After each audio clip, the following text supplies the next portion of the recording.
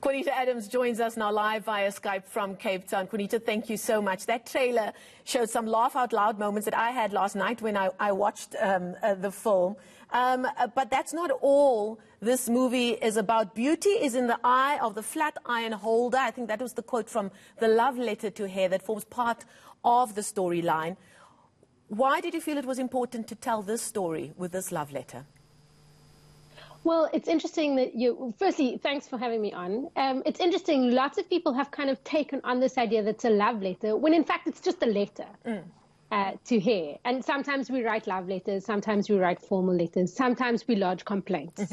But the point was, I feel that still, these days we are being policed by our hair. Videos are still circulating of young learners who are coming to school and then being victimized and humiliated because of the way they wear their hair. This is a perennial thing. It comes up every year.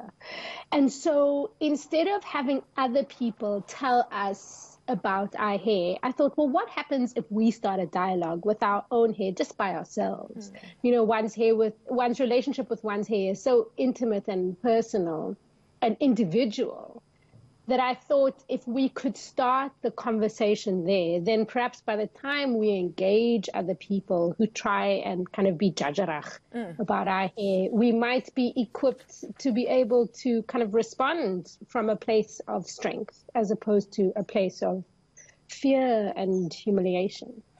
Now, Quanita, it's your directorial debut. You're also a new mum, like me as well. And yes, well done.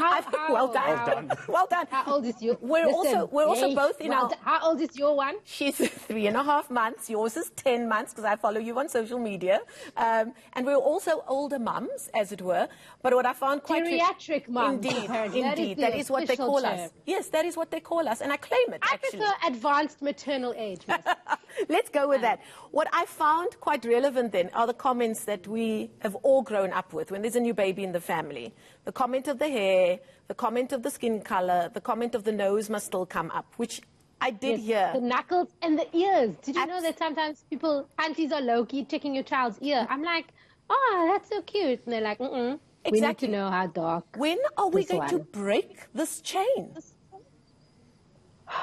After they all watch Swirl. But I mean, they must all watch Swirl. It's going to sort you out. Thank you very much. We'll never need to have this conversation again. I don't know. I think it's so ingrained. I think that, historically even, just in South Africa, but I guess globally, hair has been such a tool. It's been such a weapon. And we've internalized that. And so I think women in these older generations have kind of carried that over. This anxiety about hair, this fear, what it means to have hair that looks like this. And, and I can speak from experience, what it means to have hair that looks like this is to invite commentary. Yes. Kind of makes you a target. It puts you out there in a certain way. And I think you can imagine, if you took a more generous kind of approach, that women from those generations don't want that for their children. What they want is invisibility. So they want, this thing of like manageable. No, we don't have a problem there. It must just be neat. It must be manageable. Yes. And it must look tidy and decent. And the word that you use repeatedly in the script in the movie that I watched last night was decent. That if your hair is curly, if your hair is out there, if the hair is doing what it naturally is supposed to be doing, it is not decent and it's not seen to be neat. And one of the characters, Taylor, had a very poignant moment in the movie, speaking about how why does my hair get to be called bad or not normal or brittle? It's not brittle, It's such an important point to bring across, especially to young women across South Africa. Absolutely. And I wrote that monologue kind of hot off the debacle that we involving had Clicks. Recently. Yes. You know what I mean? And I mean, Clicks was just kind of the storefront, but in fact, the conversation needs to be taken slightly higher. The people who need to be held accountable are the people who make decisions about how things get labeled and how things get presented and to whom, right?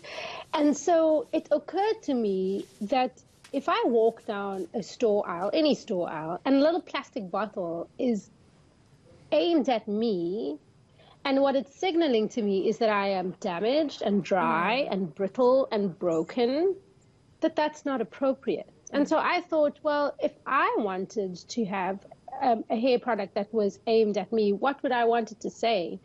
And so at the end of that monologue, when Taylor declares that she cares for her hair and that perhaps the label should be careful, I thought, you know, that's what I want to say. Imagine having young girls and boys go and get a hair care product marketed, labeled at them, declaring them careful. It's just like, if you care for your hair, this one's for you.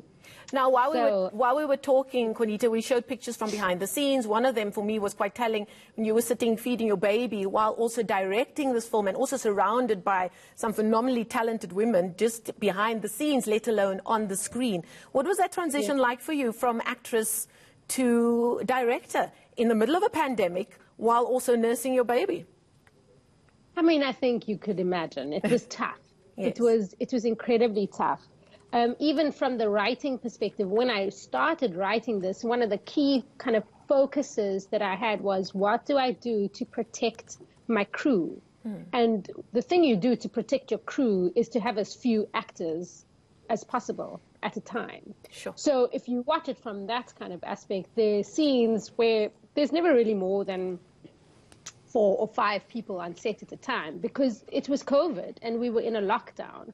And so we needed to make sure that our COVID protocol officer and the inspector wasn't going to shut us down. And so the way you do that is to ensure social distancing. So, for example, our lead character, Elaine, doesn't have a love interest. She doesn't have a romantic kind of +1, because we couldn't have any like stick scenes. We couldn't have any kissing and hugging and holding and chunking and so we had to just eliminate that. And how do you do that? That's the focus and the discipline, but still tell the story. So it was incredibly challenging being away from my new daughter. And I've just got to say that Auntie Shamila, who was the auntie from catering, who just became the mother on set and the glue that kept us all together, 2 to 3 times a day would receive a little bag of like freshly pumped breast milk. And she gave me my own little like freezer box. And she would make sure that the milk was kept separate so that nobody accidentally gave themselves like a boob juice cappuccino. And one day, in fact, I even left it on set because, you know, mom brain, it's a real thing. And she drove all the way to the house to bring the thing. So it was such a challenge. It was a challenge to make sure that my crew felt safe. It was a challenge to make sure that the actors felt that it was an environment that they could still flourish in, that they could still exercise their craft in, given the strictures of our COVID protocols. And then having been an actor I've been joking about this, I've been an actor for 21 years. So it's basically my career's 21st. Oh, well, so congratulations. Do you get a key? Thank you, ma'am. Do you get a key?